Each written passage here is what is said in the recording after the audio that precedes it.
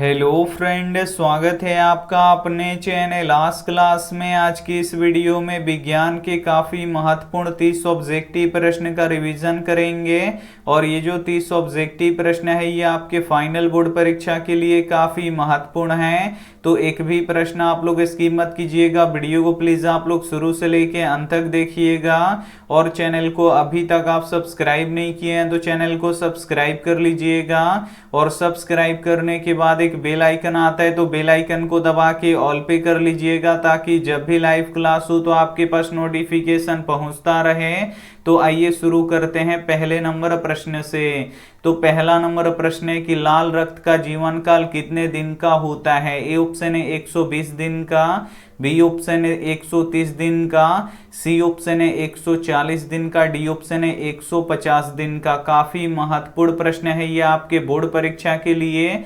यहाँ पे आपको बताना है कि लाल रक्त का जीवन काल कितने दिन का होता है। तो 120 दिन का होता है, इसे आपको याद रखना है। यहाँ पे ए वाला ऑप्शन बिल्कुल ही सही हो जाएगा। और जो रक्त होता है ये लाल किसके कारण से दिखाई देता है, तो ये हीमोग्लोबिन के कारण से दिखाई देता है, इसे आपको याद रखना है। और रक्त का पीएच मान कितना होता है, तो 7.4 होता है, तो इसे भी साथ में आपको याद रखना है। आइए देखते हैं अगला प्रश्न, 2 नंबर प्रश्न है कि पीएच स्केल का आविष्कार किसने किया। ए ऑप्शन है लेवोजियर ने, बी ऑप्शन है मेंडल ने, सी ऑप्शन है न्यूटन ने, डी ऑप्शन है सोरेनसन ने। तो यहाँ पे आपको बताना है कि पीएच स्केल का आविष्कार किसने किया। तो पीएच स्केल का आविष्कार सोरेनसन ने किया, इसे आपको याद रखना है। यहाँ पे डी वाला ऑप्शन बिल्कुल ही सही हो जाएगा। और पीएच स्केल पर 0 से लेके 14 तक की संख्याएं अंकित होती हैं, तो ये भी साथ में आपको याद रखना है। आइए देखते हैं अगला प्रश्न, 3 नंबर प्रश्न है कि रक्त का निर्माण कहाँ होता है। ए ऑप्शन है हड्डी में, बी ऑप्शन है बोन मैरो में, सी ऑप्शन है तंत्रिका में, डी ऑप्शन है इनमें से कोई नहीं। काफी महत्वपूर्ण प्रश्न है ये आपके बोर्ड परीक्षा के लिए। यहाँ पे आपको बताना है कि रक्त का निर्माण कहाँ पे होता है, तो बोन मैरो में होता है, जिसे अस्थि मज्जा भी बोला जाता है, इसे आपको याद रखना है। यहाँ पे बी वाला ऑप्शन बिल्कुल ही सही हो जाएगा। और शरीर की सबसे लंबी कोशिका कौन सी होती है, तो तंत्रिका कोशिका होती है, तो ये भी साथ में आपको याद रखना है। आइए देखते हैं अगला प्रश्न, 4 नंबर प्रश्न है कि आवृत्ति का एसआई मात्रक क्या होता है। ए ऑप्शन है हर्ट्ज, बी ऑप्शन है धारा, सी ऑप्शन है चुंबकीय क्षेत्र, डी ऑप्शन है बल। तो यहाँ पे आपको बताना है कि आवृत्ति का एसआई मात्रक क्या होता है। तो आवृत्ति का एसआई मात्रक हर्ट्ज होता है, इसे आपको याद रखना है। यहाँ पे ए वाला ऑप्शन बिल्कुल ही सही हो जाएगा। और विद्युत धारा का एसआई मात्रक एम्पियर होता है, इसे भी साथ में आपको याद रखना है। आइए देखते हैं अगला प्रश्न, 5 नंबर प्रश्न है कि सोडियम धातु का संग्रह किया जाता है। ए ऑप्शन है एल्कोहल में, बी ऑप्शन है मिट्टी के तेल में, सी ऑप्शन है जल में, डी ऑप्शन है HCl में। काफी महत्वपूर्ण प्रश्न है ये आपके बोर्ड परीक्षा के लिए।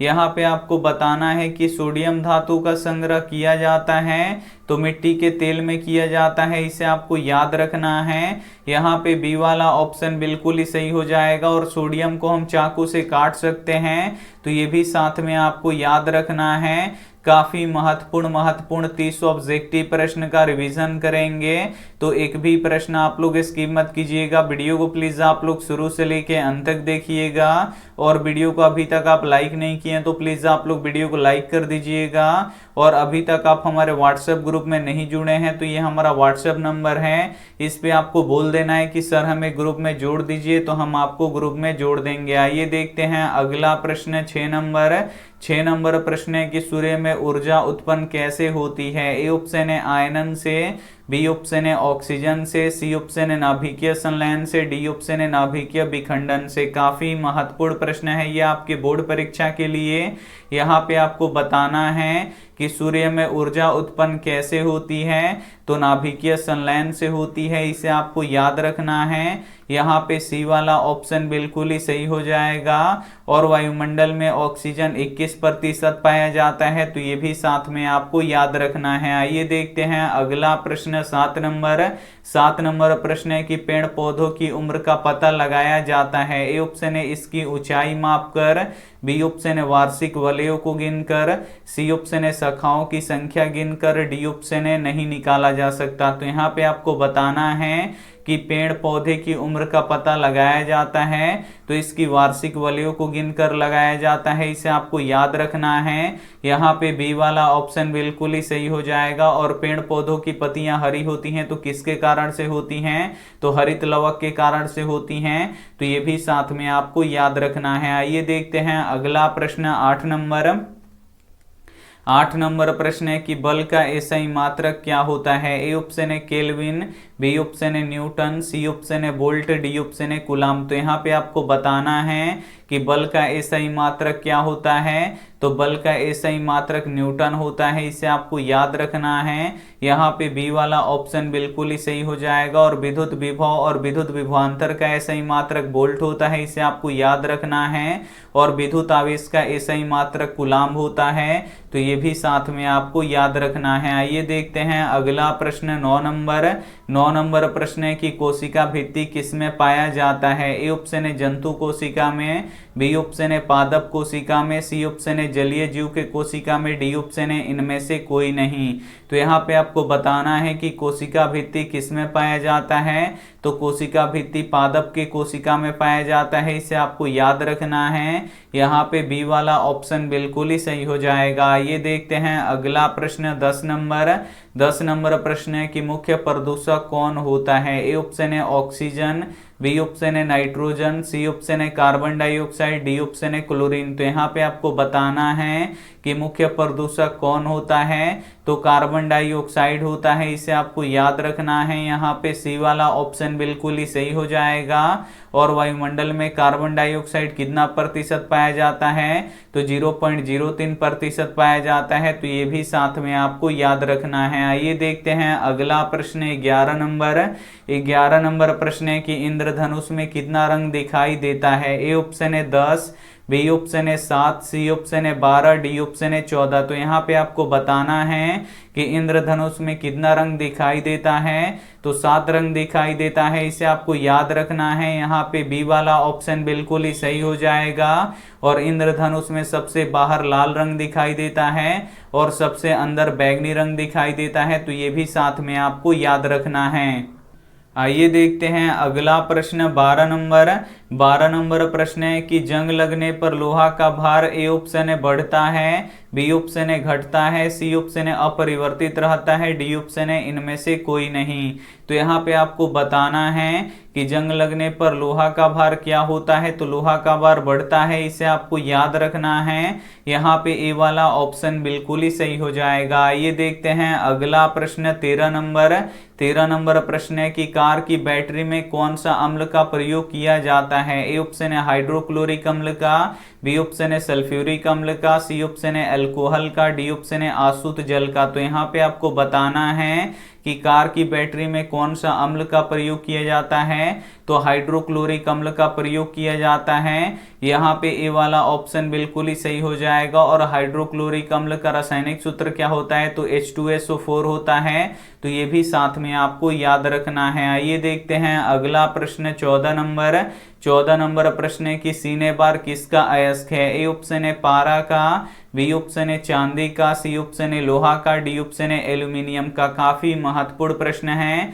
यहाँ पे आपको बताना है कि सीने बार किसका अयस्क है, तो जो सीने बार है ये पारा का अयस्क है, इसे आपको याद रखना है। यहाँ पे ए वाला ऑप्शन बिल्कुल ही सही हो जाएगा। और विद्युत का सबसे अच्छा चालक कौन सा होता है, तो चांदी होता है, तो ये भी साथ में आपको याद रखना है। आइए देखते हैं अगला प्रश्न 15 नंबर प्रश्न है कि अस्थाई चुंबक किसका बना होता है। ए ऑप्शन है लोहा का, बी ऑप्शन है नरम लोहा का, सी ऑप्शन है चांदी का, डी ऑप्शन है इस्पात का। तो यहाँ पे आपको बताना है कि अस्थाई चुंबक किसका बना होता है, तो अस्थाई चुंबक इस्पात का बना होता है, इसे आपको याद रखना है। यहाँ पे डी वाला ऑप्शन बिल्कुल ही सही हो जाएगा। और जो अस्थाई चुंबक होता है यानी जो विद्युत चुंबक होता है ये किसका बना होता है, तो ये नरम लोहा का बना होता है, तो ये भी साथ में आपको याद रखना है। विज्ञान के काफी महत्वपूर्ण 30 ऑब्जेक्टिव प्रश्न का रिवीजन करेंगे और ये जो 30 ऑब्जेक्टिव प्रश्न है ये आपके फाइनल बोर्ड परीक्षा के लिए काफी महत्वपूर्ण है। तो एक भी प्रश्न आप लोग स्किप मत कीजिएगा, वीडियो को प्लीज आप लोग जरूर देखिएगा अंत तक। आइए देखते हैं अगला प्रश्न 16 नंबर प्रश्न है कि चुंबकीय क्षेत्र रेखाएं होती हैं। ए ऑप्शन है खुली वक्र, बी ऑप्शन है बंद वक्र, सी ऑप्शन है आयताकार, डी ऑप्शन है त्रिभुजाकार। तो यहाँ पे आपको बताना है कि चुंबकीय क्षेत्र रेखाएं होती हैं तो ये बंद वक्र होती हैं, इसे आपको याद रखना है। यहाँ पे बी वाला ऑप्शन बिल्कुल ही सही हो जाएगा। और जो चुंबकीय क्षेत्र रेखाएं होती हैं ये उत्तरी ध्रुव से निकलती हैं और दक्षिणी ध्रुव में प्रवेश करती हैं और चुंबकीय क्षेत्र रेखाएं एक काल्पनिक रेखाएं हैं, तो ये भी साथ में आपको याद रखना है। आइए देखते हैं अगला प्रश्न 17 नंबर प्रश्न है कि कार्बन डाइऑक्साइड कैसा होता है। ए ऑप्शन है अम्लीय, बी ऑप्शन है क्षारीय, सी ऑप्शन है उदासीन, डी ऑप्शन है इनमें से कोई नहीं। तो यहाँ पे आपको बताना है कि कार्बन डाइऑक्साइड कैसा होता है, तो ये अम्लीय होता है, इसे आपको याद रखना है। यहाँ पे ए वाला ऑप्शन बिल्कुल ही सही हो जाएगा। और अम्लीय विलयन का पीएच मान 0 से 7 के बीच में होता है और क्षारीय विलयन का पीएच मान 7 से लेकर 14 के बीच में होता है और उदासीन विलयन का पीएच मान यहाँ पे 7 होता है, तो ये भी साथ में आपको याद रखना है। आइए देखते हैं अगला प्रश्न 18 नंबर प्रश्न है कि जंतुओं में वृद्धि हार्मोन कहाँ से स्रावित होती है। ए ऑप्शन है पीयूष ग्रंथि से, बी ऑप्शन है ओटू ग्रंथि से, सी ऑप्शन है अधिवृक्क से, डी ऑप्शन है इनमें से कोई नहीं। तो यहाँ पे आपको बताना है कि जंतुओं में वृद्धि हार्मोन कहाँ से स्रावित होता है, तो पीयूष ग्रंथि से स्रावित होता है, इसे आपको याद रखना है। यहाँ पे ए वाला ऑप्शन बिल्कुल ही सही हो जाएगा। और पीयूष ग्रंथि को मास्टर ग्रंथि भी कहा जाता है, तो ये भी साथ में आपको याद रखना है। आइए देखते हैं अगला प्रश्न 19 नंबर प्रश्न है कि घेंघा किस समुदाय का प्राणी है। ए ऑप्शन है मोलस्का, बी ऑप्शन है एनिलिडा, सी ऑप्शन है एकाइनोडर्माटा, डी ऑप्शन है इनमें से कोई नहीं। तो यहाँ पे आपको बताना है कि घेंघा किस समुदाय का प्राणी है, तो ये मोलस्का का प्राणी है, इसे आपको याद रखना है। यहाँ पे ए वाला ऑप्शन बिल्कुल ही सही हो जाएगा। आइए देखते हैं अगला प्रश्न 20 नंबर प्रश्न है कि अंगूर में कौन सा अम्ल पाया जाता है। ए ऑप्शन है टार्टरिक अम्ल, बी ऑप्शन है ऑक्जेलिक अम्ल, सी ऑप्शन है सिट्रिक अम्ल, डी ऑप्शन है फॉर्मिक अम्ल। तो यहाँ पे आपको बताना है कि अंगूर में कौन सा अम्ल पाया जाता है, तो अंगूर में टार्टरिक अम्ल पाया जाता है, इसे आपको याद रखना है। यहाँ पे ए वाला ऑप्शन बिल्कुल ही सही हो जाएगा। और जो इमली होता है इसमें भी टार्टरिक अम्ल पाया जाता है, इसे आपको याद रखना है। और टमाटर में ऑक्जेलिक अम्ल पाया जाता है, इसे आपको याद रखना है। और जो नींबू और संतरा होता है उसमें सिट्रिक अम्ल पाया जाता है, तो ये भी साथ में आपको याद रखना है। आइए देखते हैं अगला प्रश्न 21 नंबर प्रश्न है कि आभूषण बनाने वाला सोना है। ए ऑप्शन है 24 कैरेट,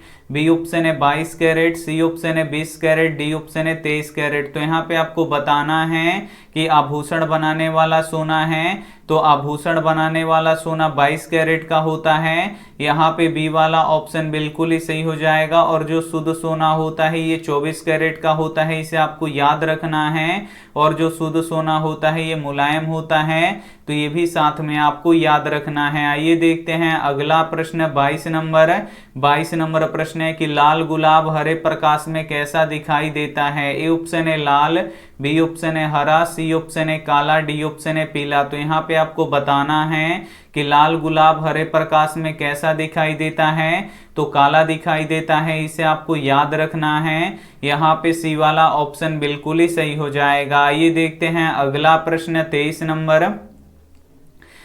नंबर प्रश्न है कि क्लोरोफिल वर्णक का रंग कैसा होता है। ए ऑप्शन है हरा, बी ऑप्शन है लाल, सी ऑप्शन है पीला, डी ऑप्शन है नीला। तो यहाँ पे आपको बताना है कि क्लोरोफिल वर्णक का रंग कैसा होता है, तो क्लोरोफिल वर्णक का रंग हरा होता है, इसे आपको याद रखना है। यहाँ पे ए वाला ऑप्शन बिल्कुल ही सही हो जाएगा।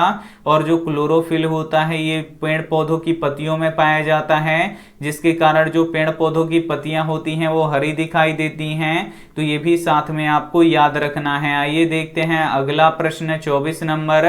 24 नंबर प्रश्न है कि किस अम्ल के जमाव के कारण मांसपेशियों में थकावट या दर्द का अनुभव होता है। ए ऑप्शन है लैक्टिक अम्ल, बी ऑप्शन है ऑक्जेलिक अम्ल, सी ऑप्शन है एसिटिक अम्ल, डी ऑप्शन है टार्टरिक अम्ल। तो यहाँ पे आपको बताना है कि किस अम्ल के जमाव के कारण मांसपेशियों में थकावट या दर्द का अनुभव होता है। तो लैक्टिक अम्ल के कारण से होता है, इसे आपको याद रखना है। यहाँ पे ए वाला ऑप्शन बिल्कुल ही सही हो जाएगा। और लैक्टिक अम्ल किस में पाया जाता है, तो दूध दही में पाया जाता है। तो ये भी साथ में आपको याद रखना है। आइए देखते हैं अगला प्रश्न 25 नंबर। 25 नंबर प्रश्न है कि बिजली की इस्त्री में किस धातु का प्रयोग किया जाता है। ए ऑप्शन है लोहा का, बी ऑप्शन है तांबा का, सी ऑप्शन है टंगस्टन का, डी ऑप्शन है नाइक्रोम का। तो यहाँ पे आपको बताना है कि बिजली की इस्त्री में किस धातु का प्रयोग किया जाता है। तो नाइक्रोम के तार का प्रयोग किया जाता है। यहाँ पे डी वाला ऑप्शन बिल्कुल ही सही हो जाएगा। और विद्युत बल्ब का जो फिलामेंट होता है ये किसका बना होता है, तो ये टंगस्टन का बना होता है। तो ये भी साथ में आपको याद रखना है। आइए देखते हैं अगला प्रश्न 26 नंबर।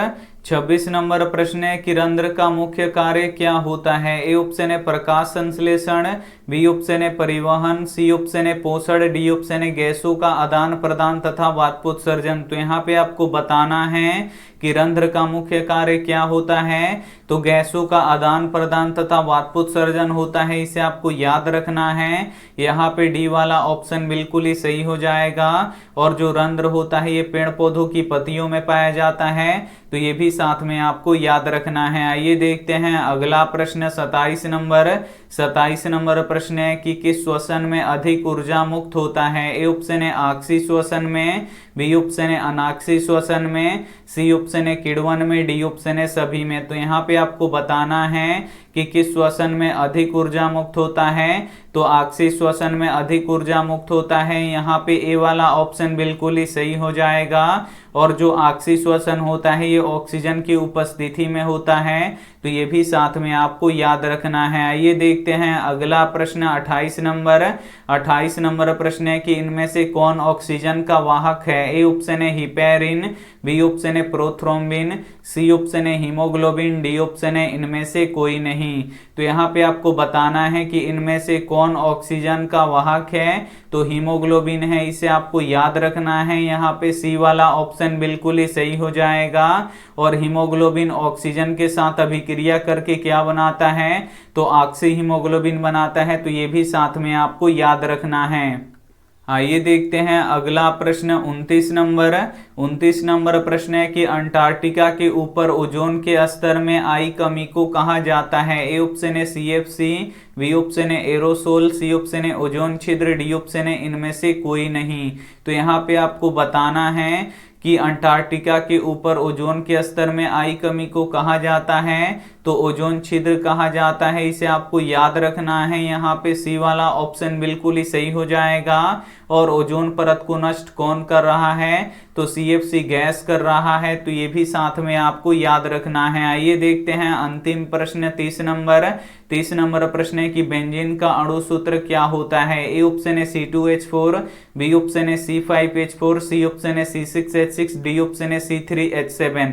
तो यहाँ पे आपको बताना है कि बेंजीन का अणु सूत्र क्या होता है। तो बेंजीन का अणु सूत्र C6H6 होता है, इसे आपको याद रखना है। यहाँ पे सी वाला ऑप्शन बिल्कुल ही सही हो जाएगा। विज्ञान के काफी महत्वपूर्ण 30 ऑब्जेक्टिव प्रश्न का रिवीजन कर चुके हैं। और ये जो 30 ऑब्जेक्टिव प्रश्न है ये आपके फाइनल बोर्ड परीक्षा के लिए काफी महत्वपूर्ण है। तो इसमें से जो भी प्रश्न आपको याद ना हो तो प्लीज आप लोग उसे नोटबुक पे लिख के जरूर याद कर लीजिएगा। आइए देखते हैं यहाँ पे होमवर्क प्रश्न। इस होमवर्क प्रश्न का जवाब आपको कमेंट बॉक्स में देना है कि ओम के नियम में कौन अचर राशि है। ए ऑप्शन है प्रतिरोध, बी ऑप्शन है ताप, सी ऑप्शन है धारा, डी ऑप्शन है कोई नहीं। तो जो भी ऑप्शन आपको सही लगे वो आप हमें कमेंट करके जरूर बताइएगा।